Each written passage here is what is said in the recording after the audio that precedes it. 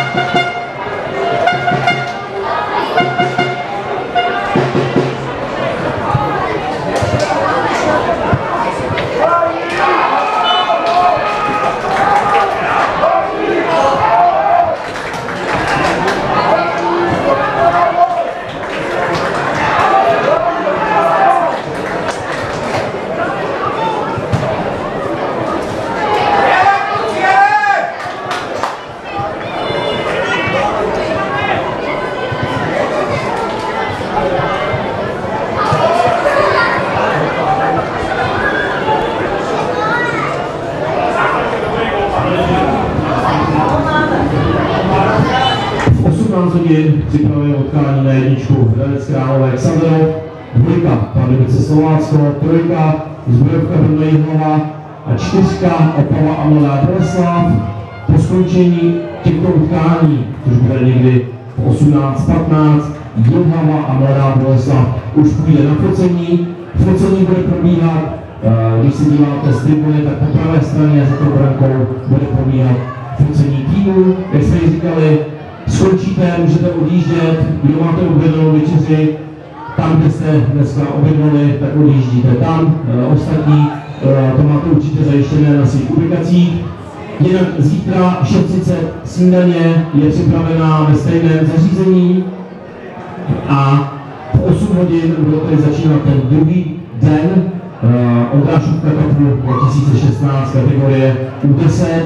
Nemusíte čekat na úplně poslední zápasy, vše bude na webových stránkách www.ondrášovkafotbal.cz.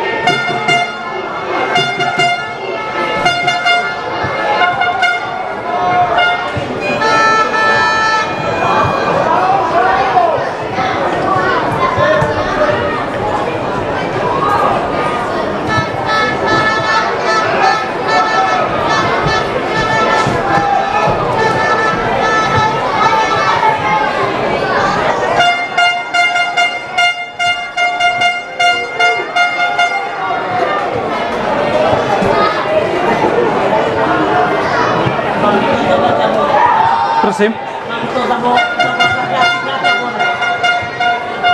V pohodě.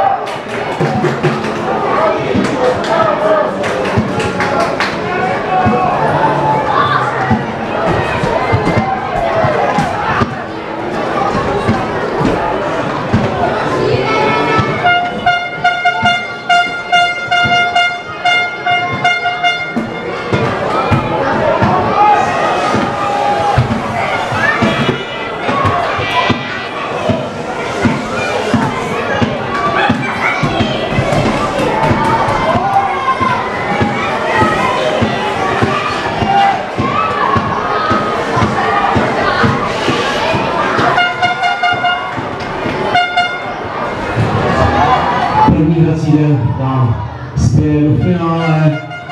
Jsou tam skutečně minimální rozdíly, takže skutečně ty poslední zápasy můžou rozhodnout o tom, jestli postoupíte do té zlaté či stříbrné části. My musíme ocenit hru mužstev, která se tady představují na odrážovce kategorii U10.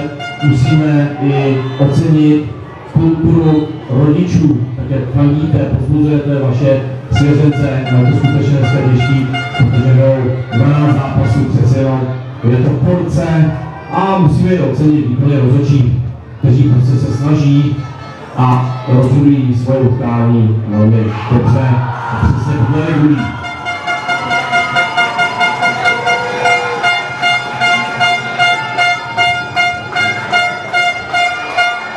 V 18 hodin na jednice Hradec Králové Xaverov, dvojka Pardubice Slovácko, trojka Zbrojovka Brno Jihlava a na čtyřce budeme hrát utkání mezi Opavou a Mladou Boleslaví. Po tomto utkání, po této sérii Jihlava Mladá Boleslav, to jsou jejich poslední utkání, jdete na focení a pak můžete odjíždět, jak jsem jim říkal, vše bude na webových stránkách www.odrasovkafotbal.cz, kde uvidíte, v kolik hodin zítra začínáte.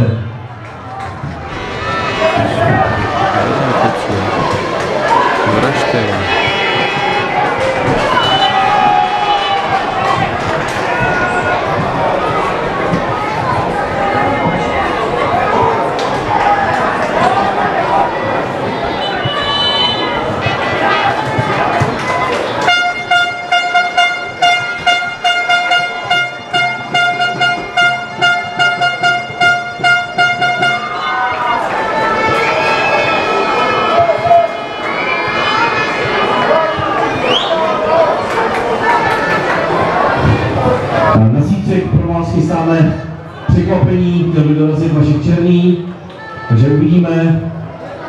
Zítra se určitě máme na co těšit a hlavně vyvrcholení turnaje v kategorii U10 skutečně bude stát za to. Jak jsem již říkal, v kategorii U12 zvítězil FC Baník Ostrava, U8 vyhrálo první FC Slovácko, U9 AC Sparta Praha a minulý týden U13 FC Hradec Králové. Vidíte, že ta mozaika je skutečně bohatá a že tady se vítězové střídají.